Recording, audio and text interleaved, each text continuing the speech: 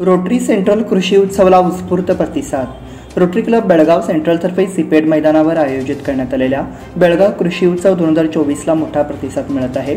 200हून अधिक स्टॉल असल्यामुळे इथे येणाऱ्या शेतकऱ्यांसह नागरिकांना वेगवेगळ्या प्रकारची माहिती व मार्गदर्शन मिळत आहे. जिल्हा प्रशासन, जिल्हा पंचायत, कृषी आणि फलोत्पादन विभाग, कृषी विद्यापीठ धारवाड आणि रोटरी क्लब बेळगाव सेंट्रलतर्फे कृषी उत्सवाचे आयोजन करण्यात आले असून सोमवारी रात्री उत्सवाची सांगता होणार आहे.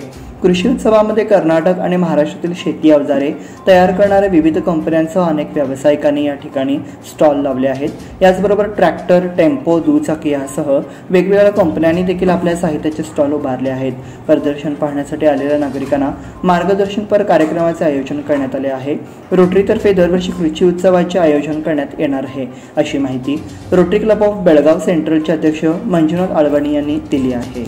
नमस्कार, मी rotarian Abhay Joshi, rotary club of Belgaum सेंट्रलचा सेक्रेटरी. मी सर्वांना विनंती करतो की उद्या शेवटचा दिवस आहे. बेळगाव व बेळगावच्या आजूबाजूच्या ग्रामीण भागातील आमचे शेतकरी बंधू भगिनी उद्या येऊन याचा लाभ घ्यावा अशी मी विनंती करतो. 3 दिवस उत्स्फूर्त प्रतिसाद दिल्याबद्दल धन्यवाद. आता उद्याचा शेवटचा दिवस आहे, तो प्रत्येकाने उद्या येऊन लाभ घ्यावा. धन्यवाद. नमस्कार बंधू, माझं नाव आहे Manjunath Alavani, president rotary club of Belgaum central. आता तुम्ही बघत आहे 4 दिवस गेले, 3 दिवस सक्सेसफुली कंप्लीट केलेले आहे. आता 4था दिवस आहे आमचा हा बेळगावी कृषी उत्सवाचा. हे आज लोकांचं, रैत बंधूंनी जास्ती संख्यानं आलेलं आहे. उद्या शेवटचा दिवस आहे.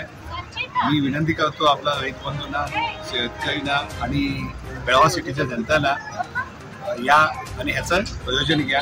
पहिल्यांदा एवढं मोठं आयोजन केलेलं आहे आमचं बेळगाव सेंट्रल. मी विनंती करतो आणि एकदा यावं आणि हे फायदा घ्यावा.